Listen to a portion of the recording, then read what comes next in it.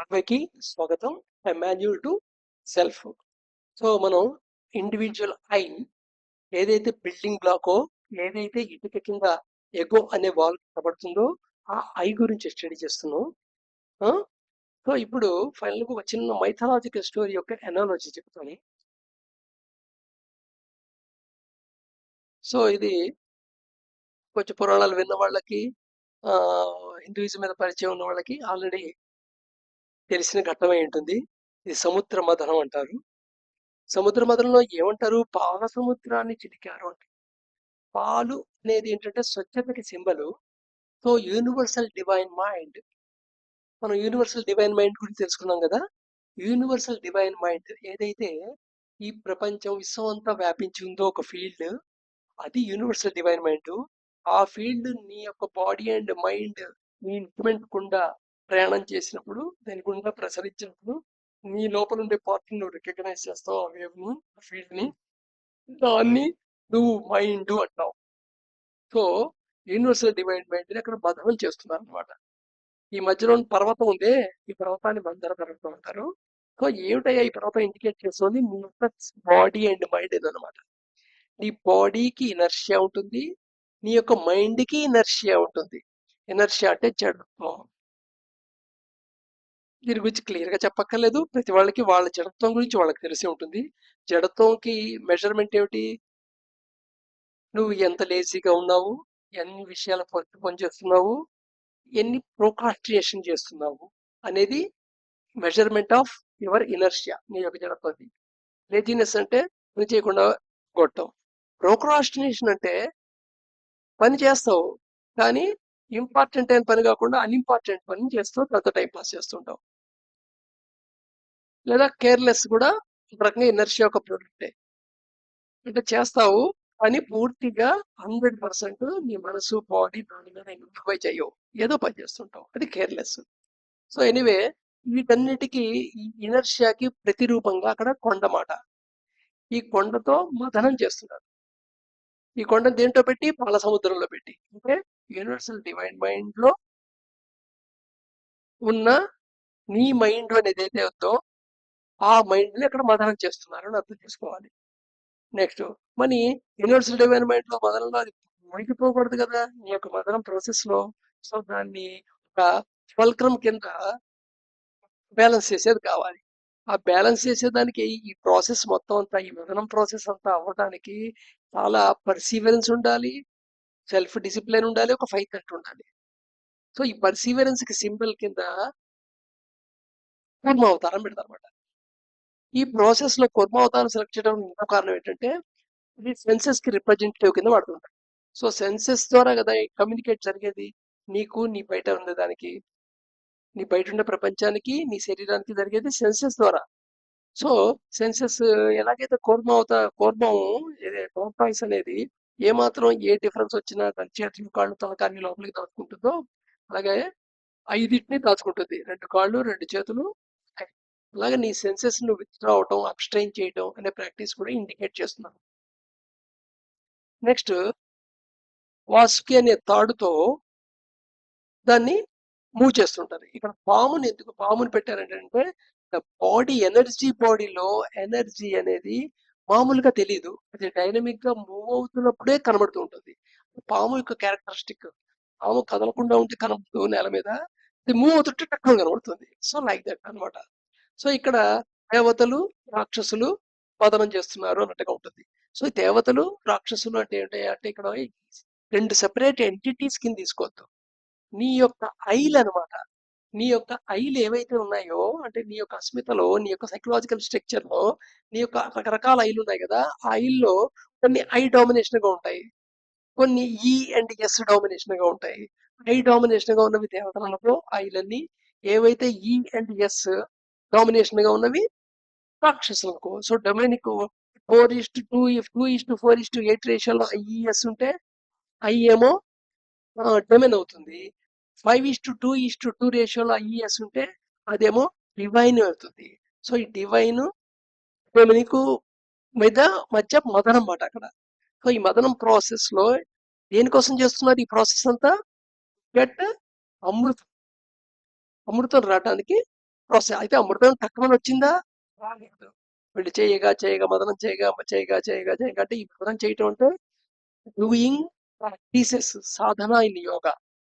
Just like breathing, sleep regulation, food regulation, gift watching, awareness practice, be in the momentum practice, జాగృతి practice, యోగాసనాలు, ఆ, ఆ, ఏకక్రియ, Shambhavi Mudra.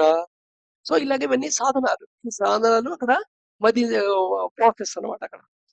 So ఈ process లో ఆ, రకరకాలు వచ్చాయి. కల్పవృక్షం వచ్చింది, కామధేను వచ్చింది, లక్ష్యం వచ్చింది. చూడండి ఇవన్నీ ఎవరికి ఇచ్చారు? దేవతల పార్టీకే ఇచ్చారు. ఏ దాని నుంచి వచ్చినా దేవతలకే ఇచ్చారు. ఎందుకు దేవతలకు ఇచ్చారంటే వాళ్ళు 5:2:2 ఉన్నప్పుడు ఆ అయ్యి ఎప్పుడు ఎక్కడ ఏ టైంలో ఏం వాడాలో అది వాడుతుంది. అంతేగాని ఇండల్జ్ అయిపోదు. ఇంకా కావాలి ఇంకా కావాలి అనుకోదు.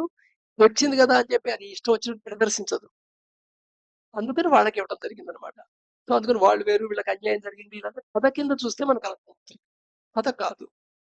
ఇక్కడ మన మనసుని మదించటం, సెల్ఫ్ తెలుసుకోవటానికి. సో ఈ ప్రాసెస్ లో ఆ, విషం వస్తుంది. విషం వచ్చినా అది లోపల గుంచేసుకోవద్దు, అలానే బయటకు వదిలేసారు. బయటకు వదిలేసేస్తే బయట ప్రపంచాన్ని నాశనం అవుతుంది. లోపల మింగేస్తే నీ అంతరంగ ప్రపంచం నాశనం అవుతుంది.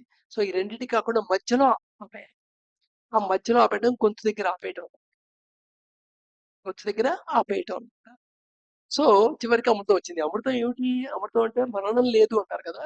బట్ ఇక్కడ యోగ సాధనలో నీ మనసుని మదనం చేసినప్పుడు నీకు వచ్చేది ఏమిటయ్యా అంటే ఆ అమృతం అవేర్నెస్. అవేర్నెస్ ఎంత అదో నాకు ఆల్రెడీ అవేర్నెస్ ఉంది కదా అనుకోద్దు. అనుకున్న అవేర్నెస్ లెవెల్ ఎంతదో. సపోజ్ టాప్ లెవెల్ అవేర్నెస్ 10 స్కేల్లో వేసుకుంటే మనకున్న అవేర్నెస్ 1 కాదు, ఫ్రాక్షన్. సో అవేర్నెస్ ఎంత అవేర్నెస్ అంటే ఈవెన్ నువ్వు అవేర్ గా నిద్రలోంచి లేవగలవు, నిద్రపోగలవు. అవేర్ గా నిద్రలోకి వెళ్తాం. మనం నిద్ర వెళ్ళినప్పుడు చూడండి అవేర్నెస్ పోతుంది. జస్ట్ నిద్రలోకి వెళ్తావు. ఏ మూమెంట్ లో నువ్వు స్లిప్ అయి నిద్రలోకి వెళ్ళావో నీకు తెలియదు. ఏ మూమెంట్ లో స్లిప్ అయి బయటకు వచ్చావో తెలియదు. బట్ నిద్రపోయే స్టేటు స్లిప్లో అసలు ఏం జరుగుతుందో తెలియదు. కలగంటలో కల మటుకు పర్సీవ్ చేస్తావు. నిద్రలో జారుకుంటున్నావే, మూమెంట్ జరుగుతుంది. నీ అవేర్నెస్ లో జరగదు. అది కూడా అవేర్నెస్ లో జరగగలిగేంత అవేర్నెస్ అనమాట. అవేర్నెస్ ప్రాక్టీస్ ఎంత అవేర్నెస్ ఉండాలంటే ఈవెన్ డెత్ ఒక కాన్షియస్ ప్రాసెస్ గా అవేర్నెస్ లో డెత్ ని ఫేస్ చేయడం జరగాలి. ఎవరైతే అంత అవేర్నెస్ అక్యుములేట్ చేసుకొని ఆ కాన్షియస్ స్టేట్ లో డెత్ ని ఫేస్ చేస్తారో, డెత్ అనే ఫేజ్ గుండా ట్రాన్సిట్ అయి వెళ్తారు, వాళ్ళు ఈ బాడీ అనేది అప్పుడు ఒక వస్త్రం వదిలేసి ఇంకో వస్త్రం కడుక్కోవటం లాగా అనిపిస్తుంది. ఎవరైతే అలా లేరో, ఎవరికైతే అవేర్నెస్ తో చేయలేరో, డెత్ ని ఫేస్ చేయలేరో, వాళ్ళకి మటుకు అది అంతంలా కనబడుతుంది. అండ్ ఇక తర్వాత ఏమీ లేదు అన్న ఎండ్ లో ఉంటుంది. ఎండ్ అనే దాంట్లో వచ్చి అన్ని కోల్పోతున్నాం, అబ్బో ఇవన్నీ కోల్పోతున్నాయి అనే భావన ఉంటుంది. కానీ ఇవన్నీ కోల్పోయేవి కావు, ఇవి శాశ్వతం కాదు, ఆ శాశ్వతమైంది లోపల ఉంది అనేది అవేర్నెస్ లో నువ్వు డెత్ ని ఫేస్ చేసినప్పుడు అప్పుడు నీకు కంటిన్యూటీ ఆఫ్ లైఫ్ మొత్తం కంటిన్యూ అయిపోతున్నట్టుంది. ప్రవాహం లైఫ్ అనేది ఒక ప్రవాహం కింద కంటిన్యూ అవుతుంటుంది. అండ్ అవేర్నెస్ వెంటనే అవేర్నెస్ లో నువ్వు మోర్టల్ అనే విషయం నీకు పర్సీవ్ అయిపోతుంది. నువ్వు మోర్టల్. సో నువ్వు మోర్టల్ గా ఫీల్ అవుతున్నావు అంటే అప్పుడు శరీరం నుంచి కోరేవు. బట్ కానీ మనవాళ్ళు అమృతం అనగానే చావు లేనిది, అది తాగితే చావు రాదు, ఈ శరీరానికి చావు రాదు, ఈ మనసుకి చావు రాదు అనుకుంటున్నావు. కాదు. నువ్వు అవేర్నెస్ గా నీ డెత్ ని ఫేస్ చేస్తే అది కంటిన్యూడ్ గా నువ్వు అవేర్ లో ఉంటావు. నువ్వు బాడీని వదిలేయడం తెలుస్తుంది, మళ్ళీ ఇంకో బాడీ తీసుకోవడం తెలుస్తుంది. అప్పుడు కంటిన్యూటీ ఫీల్ అవుతున్నావు అంటే ఎవరికి చావు ఉంది అనే అనేది నీకు క్లియర్ గా తెలుస్తుంది. ఆ స్థితిని మనం అమృతం తాగిన స్థితి అంటాం. సో ఈ ఈ ప్రాసెస్ లో అంతా, ఈ సెల్ఫ్ ని తెలుసుకునే ప్రాసెస్ అంతా ఒక మందర పర్వతాన్ని యూడిఎం లో కడల్లో మదించటం లాంటిది. ఆ మదించడానికి వాడేవి ఏమిటాయి అంటే నీ ఐనే, నీలో ఉండే ప్రతి ఐ, నీ యొక్క సైకలాజికల్ స్ట్రక్చర్ ఏ ఐతో ఏర్పడిందో ఆ ఐ. అయితే ఆ ఐలు యాక్చువల్‌గా అవన్నీ ఒక చోట ఉండి ఓదాంతోటి రకరకాలుగా కాన్ఫ్లిక్ట్ కాంట్రోవర్షియల్ క్రియేట్ చేసుకుంటూ ఉంటాయి. బట్ కానీ వీటన్నిటిని ఒక సిస్టమేటిక్‌గా ఆర్గనైజ్ అయితే అప్పుడు 5:2:2 ఉన్న ఐలు 4:2:4:8 ఉన్న ఐలు అంటే డెమోనిక్ వైస్ అండ్ డైవానిక్ వైస్ ఈ 2 కలిపి నీ మథనం చేయించడం జరిగితే ఫైనల్‌గా you will get the awareness. Awareness ఎప్పుడైతే సర్టెన్ లెవెల్ పీక్ లెవెల్‌కి వెళ్ళిందో it it tops the consciousness. నీకు ఒక సుప్రీం కాన్షియస్‌నెస్ స్టేట్‌లోకి వెళ్తావు. కాస్మిక్ కాన్షియస్‌నెస్ స్టేట్‌లోకి వెళ్తావు. సో, సింపుల్ కాన్షియస్‌నెస్ గురించి ఇంతకుముందు తెలుసుకున్నాం కదా! పరిసరాల గురించి జ్ఞానం. సెల్ఫ్ కాన్షియస్ అంటే నీ మెదడులో జరుగుతున్న దాని గురించి, మైండ్‌లో ఉన్న దాని గురించి జ్ఞానం. అలాగే కాస్మిక్ కాన్షియస్‌నెస్ అంటే యూనివర్స్‌లో నువ్వు ఒక భాగం కింద, ఒక రోల్ ప్లేయింగ్ వాడి కింద ఉండే జ్ఞానం. అంతటిటప్పటికి సుప్రీం కాన్షియస్‌నెస్‌లో నీకు ఈ మొత్తం సెల్ఫ్ అంతా ఒక నెట్‌వర్క్, కంటిన్యూగా అయ్యే ఒక ప్రవాహం అనేది అక్కడ ఆ జ్ఞానం కలుగుతుంది. ఆ స్థితిలో నువ్వు ఇమ్మోర్టల్. అందుకని అమృతం కోసం చేస్తాను. Thank you.